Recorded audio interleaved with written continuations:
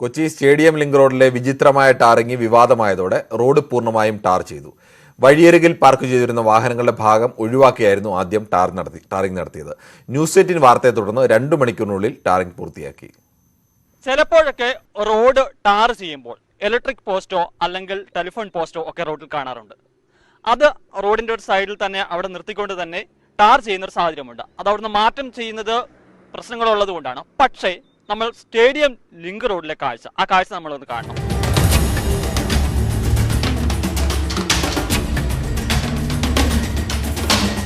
രണ്ട് കാറുകളടക്കം 4 വാഹനങ്ങളാണ് stadium link റോഡിൽ പാർക്ക് ചെയ്തിരുന്നത്. വാഹനങ്ങൾ മാറ്റാൻ മെനക്കെടാതെ കരാറുകാരൻ ചുറ്റും ടാറിംഗ് നടത്തി മടങ്ങി.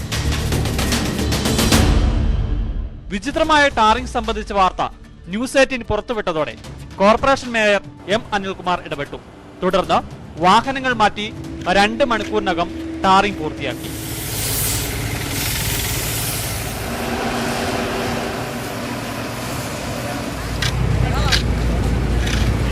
വാഹനങ്ങൾ ലോക്കായിരുന്നതിനാലാണ് ഇവ മാറ്റി ടാർ ചെയ്യാൻ സാധിക്കാറുന്നതെന്നാണ് കരാർ കമ്പനിയുടെ വാദം.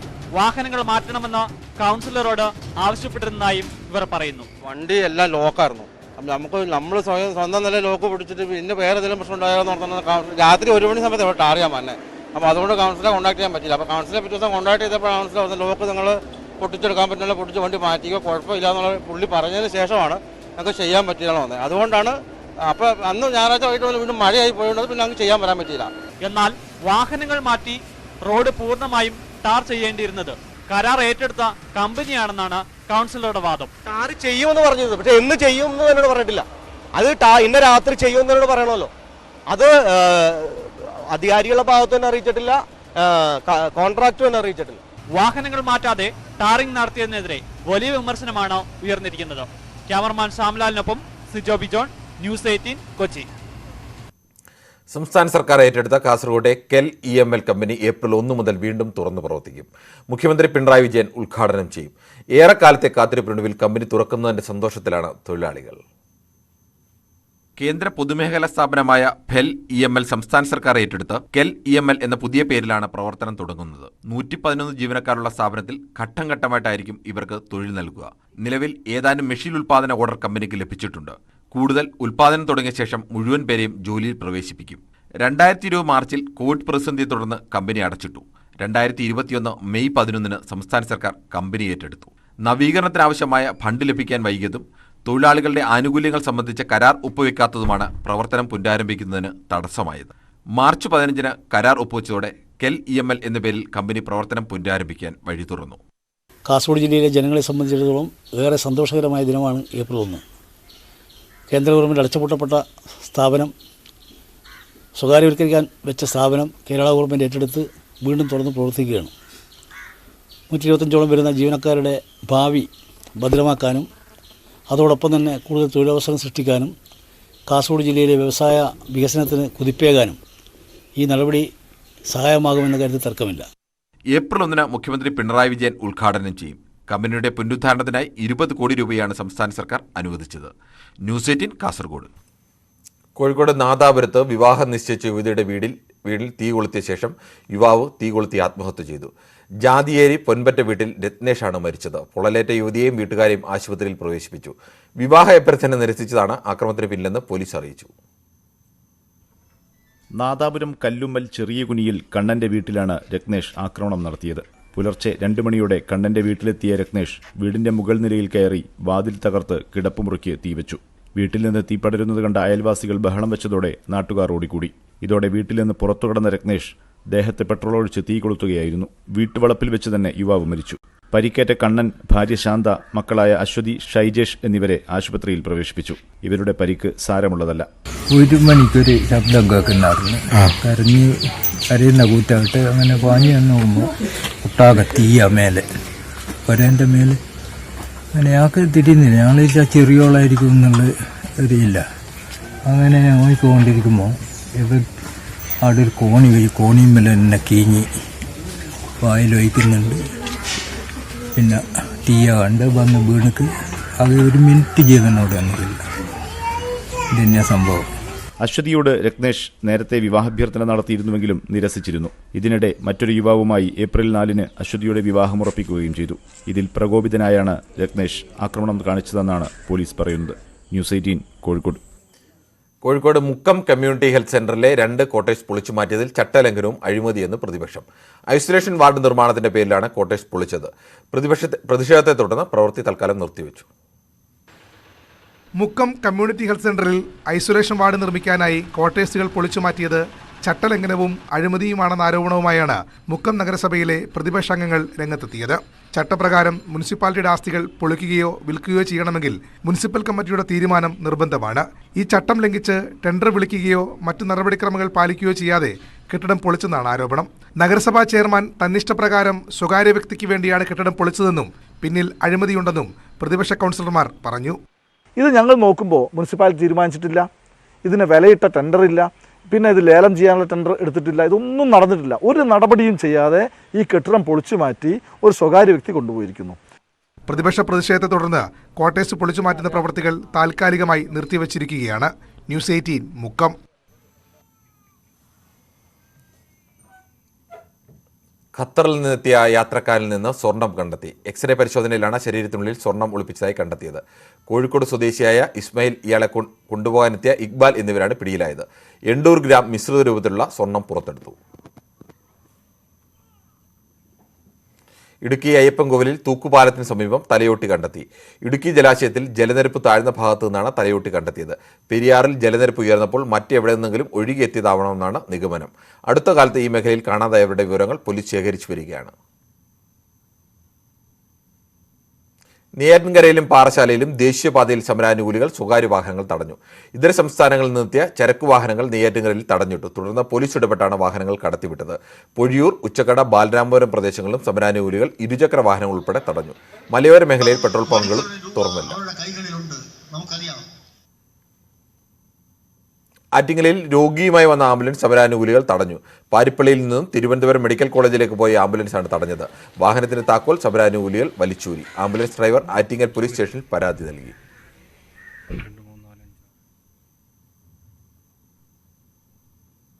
കൊട്ടാരക്കരയിൽ KSRTC ഡ്രൈവർക്ക് മർദ്ദനം. അഞ്ചൽ സ്വദേശി ദിലീപ് ഖാനാണ് മർദ്ദനമേറ്റത്. ബൈക്കിലെത്തിയ ആൾ ബസ്സിലേക്ക് ചാടിക്കയറിയാണ് മർദ്ദിച്ചത്. സംഭവത്തിന് CPM ലോക്കൽ കമ്മിറ്റി അംഗം രാഹുലിനെ പോലീസ് കസ്റ്റഡിയിലെടുത്തു. ദിലീപ് ഖാനെ കൊട്ടാരക്കര താലൂക്ക് ആശുപത്രിയിൽ പ്രവേശിപ്പിച്ചു. വടകര പാസ്പോർട്ട് ഓഫീസ് സമരാനുകൂലികൾ 2ാം ദിവസവും അടപ്പിച്ചു. രാവിലെ തുറന്നെങ്കിലും പ്രകടനമായി എത്തിയ സമരാനുകൂലികൾ ഓഫീസ് അടപ്പിക്കുകയായിരുന്നു. വയനാട്ടിൽ നിന്നടക്കം നിരവധി പേരാണ് ഇവിടെ എത്തിയിരുന്നത്. പണിമുടക്കിൽ വലഞ്ഞ മൂന്നാറിലെ വിനോദസഞ്ചാരികൾ. ഹോട്ടലുകൾ തുറക്കാത്തത് സഞ്ചാരികളെ ഏറെ ബുദ്ധിമുട്ടിച്ചു. ഹോട്ടലുകൾ അടഞ്ഞുകിടന്നതിനാൽ രാവിലെ മൂന്നാറിലെത്തിയ പലർക്കും ഭക്ഷണം ലഭിച്ചില്ല. ടൗണിലെ ചില പെട്ടിക്കടകളാണ് ഇവർക്ക് ആശ്രയമായത്. 2 ദിവസത്തെ സന്ദർശനത്തിനെത്തിയവരിൽ പലരും അടുത്ത ദിവസത്തെ സന്ദർശനം ഒഴിവാക്കി നാട്ടിലേക്ക് മടങ്ങി. സമരക്കാർ എടവണ്ണപ്പാറയിലെ പെട്രോൾ പമ്പ് അടപ്പിച്ചത് സാധാരണക്കാർക്ക് ബുദ്ധിമുട്ടായി. സമരക്കാർ രാവിലെ തന്നെ പെട്രോൾ പമ്പുകൾ അടപ്പിച്ചിരുന്നു. കച്ചവടക്കാരും അക്രമം ഭയന്ന് കടകൾ അടച്ചു. ആശുപത്രിയിലും മറ്റും പോകേണ്ട സാധാരണക്കാർ ഇന്ധനം ലഭിക്കാതെ ബുദ്ധിമുട്ടി. തിരുവനന്തപുരം വെമ്പായത്ത് സമരക്കാർ KSRTC ബസ് തടഞ്ഞു. തിരുവനന്തപുരത്ത് നിന്നും കൊട്ടാരക്കരയിലേക്ക് പോയ ബസ്സാണ് തടഞ്ഞത്. സംയുക്ത ട്രേഡ് യൂണിയനുകളുടെ സമരപ്പന്തലിന് മുന്നിൽ വെച്ചാണ് ബസ് തടഞ്ഞത്. പണിമുടക്കിൽ ഇടതുപക്ഷ സംഘടനകളുമായി സഹകരിക്കാതെ ഇടുക്കിയിലെ INTUC. ജില്ലയിൽ INTUC ഒറ്റയ്ക്കാണ് സമരവുമായി മുന്നോട്ട് പോകുന്നത്. CPM ജില്ലാ നേതൃത്വത്തിന്റെ രാഷ്ട്രീയ കുതിരക്കച്ചവടത്തിൽ പ്രതിഷേധിച്ചാണ് നീക്കമെന്ന് INTUC വിശദീകരണം. സംസ്ഥാനത്താകെ സംയുക്ത ട്രേഡ് യൂണിയൻ ഒറ്റക്കെട്ടായി സമരം ചെയ്യുമ്പോൾ ഇടുക്കിയിൽ സ്ഥിതി വ്യത്യസ്തമാണ്. ഇടതനുകൂല സംഘടനകളുമായി സഹകരിക്കാതെ ഒറ്റയ്ക്ക് പണിമുടക്കുകയാണ് INTUC. CPM തദ്ദേശ സ്വയംഭരണ സ്ഥാപനങ്ങൾ കേന്ദ്രീകരിച്ച് കൂറുമാറ്റ രാഷ്ട്രീയം നടത്തുന്നു എന്നാരോപിച്ചാണ് നീക്കം.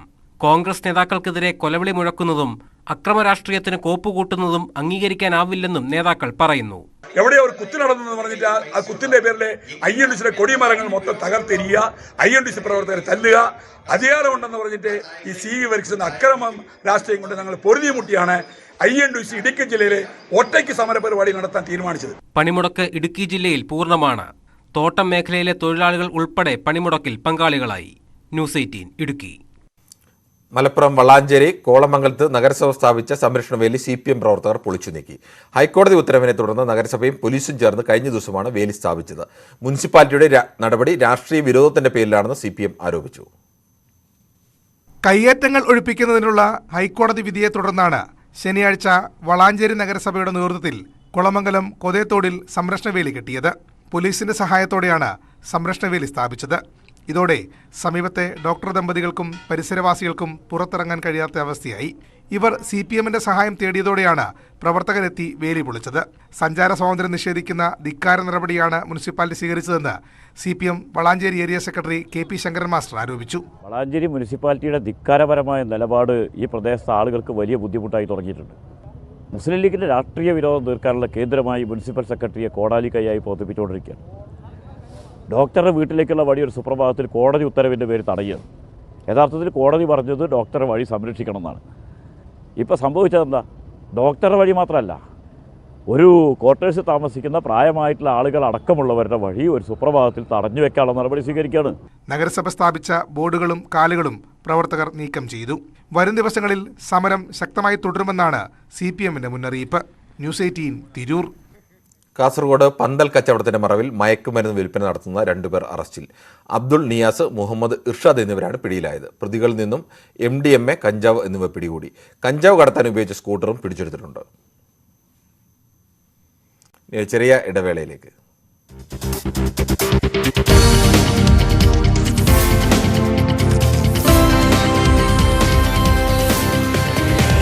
മുക്കം ആശുപത്രി ജംഗ്ഷനിൽ വാട്ടർ അതോറിറ്റിയുടെ പൈപ്പ് പൊട്ടി വെള്ളം പാഴാകുന്നു.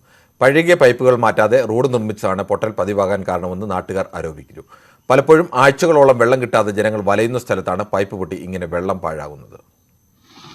കടുത്ത വേനലിൽ കുടിവെള്ളത്തിനായി ജനം നെട്ടോട്ടം ഓടുമ്പോഴാണ് മുക്കം ആശുപത്രി ജംഗ്ഷനിൽ ആയിരക്കണക്കിന് ലിറ്റർ വെള്ളം പാഴാകുന്നത്. വാട്ടർ അതോറിറ്റിയുടെ പൈപ്പ് പൊട്ടുക ഇവിടെ സാധാരണ സംഭവമാണ്. എടവണ്ണ കൊയിലാണ്ടി സംസ്ഥാന പാത നവീകരണത്തിന്റെ ആദ്യഘട്ടം പൂർത്തീകരിച്ചതോടെ ആശുപത്രി ജംഗ്ഷനിലും പോലീസ് സ്റ്റേഷൻ മുൻവശത്തും പൈപ്പ് പൊട്ടൽ പതിവാവുകയാണ്. വാട്ടർ അതോറിറ്റിയുടെ പഴകിയ പൈപ്പുകളാണ് തുടർച്ചയായി പൈപ്പുകൾ പൊട്ടാൻ കാരണമെന്നാണ് പരാതി. റോഡ് നിർമ്മാണത്തിന് കരാറെടുത്ത കമ്പനിയെ നിരവധി തവണ അറിയിച്ചിട്ടും പൈപ്പ് മാറ്റാതെ റോഡ് പ്രവൃത്തി തുടരുകയാണെന്നും നാട്ടുകാർ പറയുന്നു. പൈപ്പ് മാറ്റാത്തത് കൊണ്ട് അടിയിലുള്ള പൈപ്പുകളൊക്കെ പൊട്ടിപ്പോയിട്ട് വെള്ളം ക്രമാതീതമായിട്ടാണ് ഇവിടെ പോകുന്നത്. ഈ വേനലിൽ നിന്ന് ലക്ഷക്കണക്കിന് ലിറ്ററുകളാണ് ഈ ഭാഗത്തു നിന്നൊക്കെ പൈസയും കൊടുത്ത് പല ആൾക്കാരും വാങ്ങുന്നത്. ഒരു ഇതും ഇല്ലാതെയാണ് ഇവിടുത്തെ വാട്ടർ അതോറിറ്റിയുടെ അനാസ്ഥ കൊണ്ട് തന്നെയാണ് ഈ വെള്ളം ഇങ്ങനെ പാഴായി പോകുന്നത്. വാട്ടർ അതോറിറ്റിയെയും പൊതുമരാമത്ത് ഉദ്യോഗസ്ഥരെയും നിരവധി തവണ വിഷയം അറിയിച്ചെങ്കിലും ഒരു നടപടിയും ഉണ്ടായില്ലെന്നും ആക്ഷേപമുണ്ട്. ന്യൂസ് 18 മുക്കം. മൂന്നാറിലെ എസ്റ്റേറ്റ് മേഖലയിൽ സമാന്തര സർവീസ് നടത്തുന്ന വാഹനങ്ങൾക്ക് മതിയായ രേഖകളില്ലെന്ന് കണ്ടെത്തൽ. വാഹന പരിശോധന വിഭാഗം നടത്തിയ പരിശോധനയിലാണ് സ്കൂൾ വിദ്യാർത്ഥികളെ കുത്തി നിറച്ച് യാത്ര ചെയ്യുന്ന ഓട്ടോ അടക്കമുള്ള വാഹനങ്ങൾക്ക് മതിയായ രേഖകളില്ലെന്ന് കണ്ടെത്തിയത്. മൂന്നാറിലെ തോട്ടം മേഖലയിൽ സമാന്തര സർവീസ് നടത്തുന്ന ഓട്ടോറിക്ഷകൾ അടക്കമുള്ള വാഹനങ്ങൾ വർഷങ്ങളായി ഇൻഷുറൻസും നികുതിയും അടയ്ക്കുന്നില്ലെന്നാണ് കണ്ടെത്തിയത്. വാഹന പരിശോധനയിൽ പിടിച്ച വാഹനങ്ങളെ പിഴ ചുമത്തി വിട്ടയച്ചു.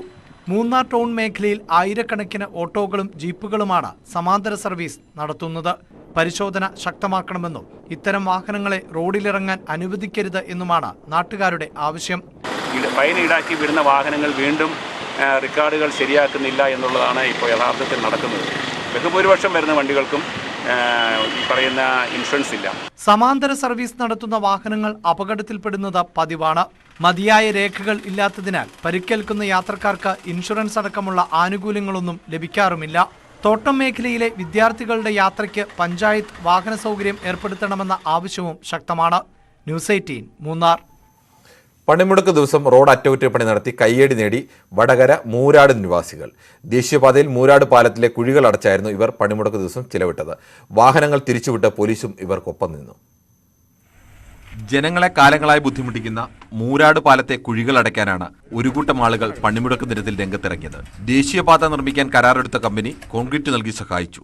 കമ്പനി തൊഴിലാളികളുടെ സഹായം കൂടി കിട്ടിയതോടെ തിങ്കളാഴ്ച ഉച്ചയോടെ പണി പൂർത്തിയായി. അപ്പോൾ ഇത് മുൻകൂട്ടി തന്നെ നമ്മൾ അറിയുന്ന ഒരു ഹർത്താലായതുകൊണ്ട് ബന്ധായതുകൊണ്ട് നമ്മൾ തീരുമാനിച്ചിട്ടുണ്ടായിരുന്നു ഈ ബന്ദ് ദിവസം നമുക്ക് ഈ റോഡ് പാച്ച് വർക്ക് ചെയ്യാനുള്ള ഏർപ്പാട് ചെയ്യണമെന്ന്. അതിൻ്റെ ഭാഗമായിട്ട് രാവിലെ തന്നെ ഇതുമായിട്ട് ബന്ധപ്പെട്ട യുവജനങ്ങൾ എത്തിച്ചേരുകയും വളരെ നല്ല രീതിയിലുള്ള ഈ പൊരിവെയിലത്ത് നിസ്വാർത്ഥ സേവനം എന്ന രീതിയിൽ നമ്മൾ ഇന്നത്തെ ദിവസത്തെ മാറ്റിയെടുക്കുകയാണ് ചെയ്തത്. കോൺക്രീറ്റ് ഉറയ്ക്കാനെടുക്കുന്ന സമയം വരെ ഗതാഗതം വഴിതിരിച്ചുവിട്ട് പോലീസും പ്രവൃത്തിയിൽ പങ്കാളികളായി.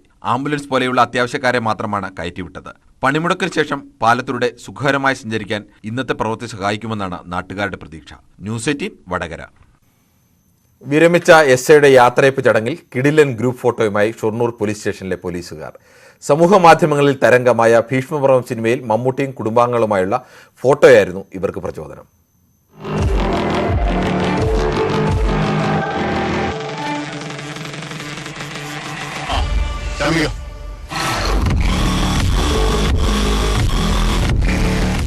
ഷൊർണൂർ SI KA ജേക്കബിനുള്ള യാത്രയയപ്പ് ചടങ്ങിനിടെയാണ് CI PM ഗോപകുമാറും സഹപ്രവർത്തകരും ഭീഷ്മപർവം സ്റ്റൈലിൽ ഒരു ഗ്രൂപ്പ് ഫോട്ടോ എടുത്തത്. വെള്ള ഷർട്ടും വെള്ള മുണ്ടുമായിരുന്നു ഡ്രസ് കോഡ്. കുടുംബാംഗങ്ങൾക്കൊപ്പം വന്ന SI ജേക്കബ് ഡ്രസ് കോഡ് പാലിക്കാത്തതിനാൽ ഭീഷ്മപർവം സ്റ്റൈൽ ഗ്രൂപ്പ് ഫോട്ടോയിൽ നിന്ന് പുറത്തായെങ്കിലും ഔദ്യോഗിക ഗ്രൂപ്പ് ഫോട്ടോയിൽ താരമായി. എന്തായാലും യാത്രയയപ്പ് ചടങ്ങിനിടെ CIയും സംഘവും എടുത്ത സിനിമാ സ്റ്റൈൽ ഗ്രൂപ്പ് ഫോട്ടോ സ്റ്റേഷനിലെത്തിയവർക്കും രസക്കാഴ്ചയായി.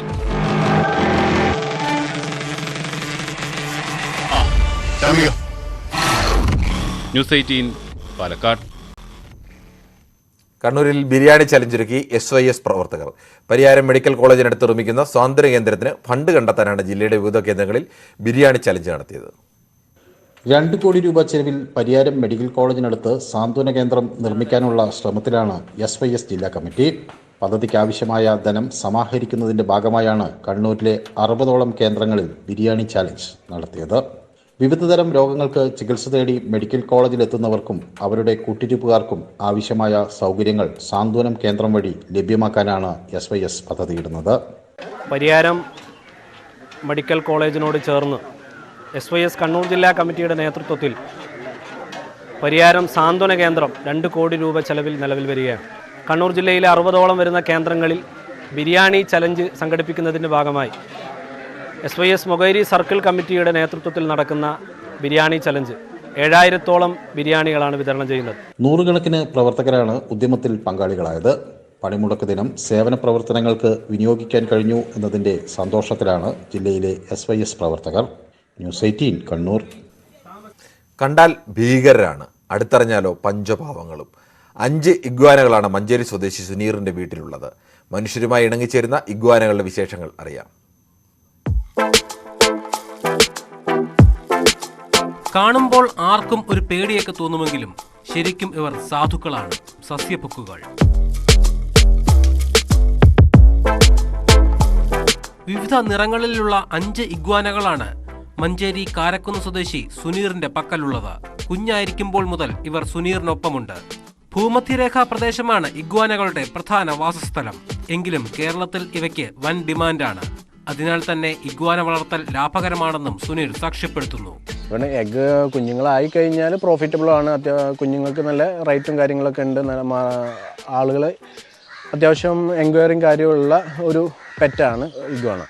ഏകദേശം കുഞ്ഞുങ്ങളൊരു ചെറിയ കുഞ്ഞുങ്ങൾ ഗ്രീൻ കളറൊക്കെ ആണെന്നുണ്ടെങ്കിൽ ഒരു 9000 രൂപ മുതൽ സ്റ്റാർട്ടിംഗ് ഉണ്ട്. പിന്നെ കളറിനനുസരിച്ച് ഓരോ കളറിനെ ഡിപ്പെൻഡ് ചെയ്ത് പ്രൈസിലും മാറ്റം വരുന്നുണ്ട്. ഇഗ്വാനകൾക്ക് പുറമെ വ്യത്യസ്ത തരം പാരക്യൂറ്റുകൾ, തത്തകൾ, പൂച്ചകൾ എന്നിവയും സുനീറിന്റെ വീട്ടിലുണ്ട്. ന്യൂസ് 18 തിരൂർ. അപേക്ഷ നൽകി 10 വർഷമായിട്ടും പട്ടികജാതി കുടുംബത്തിന് വീട് ലഭിച്ചില്ലെന്ന് പരാതി. കൊട്ടാരക്കര അലക്കുഴിയിൽ രതീഷിന്റെ കുടുംബത്തിനാണ് ഈ ദുരവസ്ഥ. നിലവിലെ വീട് കാലപ്പഴക്കത്താൽ മേൽക്കൂര തകർന്ന അവസ്ഥയിലാണ്. ഞങ്ങൾക്ക് ഒരു വീടില്ല. മഴയാവുമ്പോൾ കുഞ്ഞുങ്ങളെ ഞാൻ ടേബിളിൻ്റെ കീഴിലാണ് കിടത്തി ഉറക്കിയിട്ടുള്ളത്.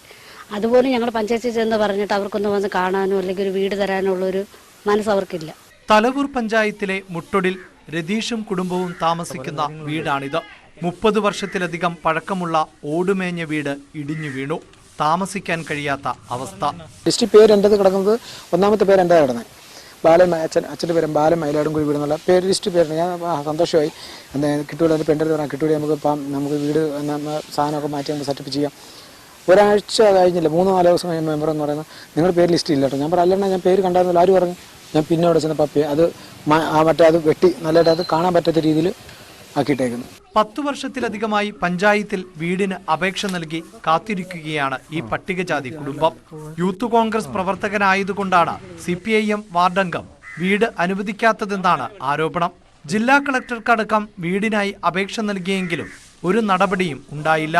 35 വർഷം ഇത്രയും പഴക്കമുള്ളൊരു വീടിന് ലൈഫിന് അപേക്ഷ കൊടുത്തിട്ട് ഇന്നേ വരെയും എന്തുകൊണ്ടെന്നാണെന്ന് അറിയത്തില്ല. ഞങ്ങൾ ചെല്ലുമ്പോൾ ഓരോരോ കാരണങ്ങൾ പറഞ്ഞ് പഞ്ചായത്ത് ചെല്ലുമ്പോൾ ഓരോരോ കാരണങ്ങൾ പറഞ്ഞ് ആ പേര് വെട്ടിമാറ്റുന്നൊരവസ്ഥയാണ്. ഇടിഞ്ഞു വീണ വീടിന് സമീപത്തെ താൽക്കാലിക ഷെഡിലാണ് ഇപ്പോൾ താമസം. മഴക്കാലം വരുമ്പോൾ കുട്ടികൾ ഉൾപ്പെടെയുള്ളവരുമായി എന്തു ചെയ്യണമെന്ന ആശങ്കയിലാണ് ഈ കുടുംബം. ന്യൂസ് 18 കൊട്ടാരക്കര. പാതി വഴിയിൽ നിർമ്മാണം നിലച്ച വീടിനൊരു മേൽക്കൂര വേണം. കാഴ്ച നഷ്ടപ്പെട്ടുകൊണ്ടിരിക്കുന്ന ഇടുക്കി നെടുങ്കണ്ടം സ്വദേശി ശശികുമാറിന്റെ അപേക്ഷയാണിത്. മഹാപ്രളയത്തിൽ വീട് വാസയോഗ്യമല്ലാതായതോടെയാണ് പുതിയ വീട് നിർമ്മാണം ആരംഭിച്ചത്. ശശികുമാറിന് വിവിധ രോഗങ്ങൾ ബാധിച്ചതോടെ കുടുംബത്തിന്റെ പ്രതീക്ഷകൾ പാതി വഴിയിൽ മുടങ്ങി. 2018 ഉരുൾപൊട്ടലിലാണ് നെടുങ്കണ്ടം കിഴക്കേതിൽ ശശികുമാറിന്റെ വീട് വാസയോഗ്യമല്ലാതായി തീർന്നത്. സർക്കാരിൽ നിന്ന് 10 ലക്ഷം രൂപ നഷ്ടപരിഹാരം ലഭിച്ചു. 5.5 ലക്ഷം രൂപയ്ക്ക് 4 സെന്റ് ഭൂമി വാങ്ങി പുതിയ വീടിന്റെ നിർമ്മാണവും ആരംഭിച്ചു. ശശികുമാറിന് വിവിധ രോഗങ്ങൾ ബാധിച്ചതോടെ വീടിന്റെ നിർമ്മാണം മുടങ്ങി. കണ്ണിലേക്കുള്ള ഞരമ്പ് ചുരുങ്ങുന്നതിനാൽ കാഴ്ച 80% നഷ്ടപ്പെട്ടു. ചികിത്സയ്ക്കായി നല്ലൊരു തുക ചെലവഴിച്ചു. ചേട്ടൻ്റെ കണ്ണിന് കാഴ്ചയില്ല, അതുകൊണ്ട് നമുക്ക് 50,000 രൂപ ഓപ്പറേഷൻ ചെയ്യുന്നതിന് വേണമെന്ന് പറഞ്ഞു. അതുപോലെ തന്നെ പിന്നെ വീടാണെങ്കിലും 3-4 വർഷമായി പിന്നെ പണി തീരാതെ ഇങ്ങനെ കിടക്കുക. പിന്നെ വാർക്കയൊക്കെ ഉണ്ട്. കാരണം ഞങ്ങളിപ്പം വാടക വീട്ടിലാണ് താമസിക്കുന്നത്. മേൽക്കൂരയില്ല, വാടക വീട്ടിലാണ് താമസിക്കുന്നത്. ഈ മാസം 28-ാം തീയതി മാറണമെന്ന് ഞങ്ങളോട് പറഞ്ഞു. ഞങ്ങൾ എല്ലായിടത്തും വീട് അന്വേഷിച്ച് ഇതുവരെ കിട്ടിയില്ല. അത് 34 സെന്റ് ഭൂമി ഉണ്ടായിരുന്നെങ്കിലും ഉരുൾപൊട്ടലിൽ കൃഷിയോഗ്യമല്ലാതെയായി മാറി. നിലവിൽ വാടകയ്ക്കാണ് കഴിയുന്നത്. പെയിന്റിംഗ് തൊഴിലാളിയായ മകൻ രഞ്ജിത്തിന്റെ വരുമാനത്തിലാണ് കുടുംബം മുന്നോട്ടു പോകുന്നത്. പാതി വഴിയിൽ നിർമ്മാണം നിലച്ച വീട് മേൽക്കൂരയൊരുക്കി താമസം തുടങ്ങുവാൻ സുമനസ്സുകളുടെ സഹായം തേടുകയാണ് ഈ കുടുംബം. ന്യൂസ് 18 നെടുങ്കണ്ടം. നാട്ടുവർത്തമാനം പൂർണ്ണമാകുന്നു. നമസ്കാരം.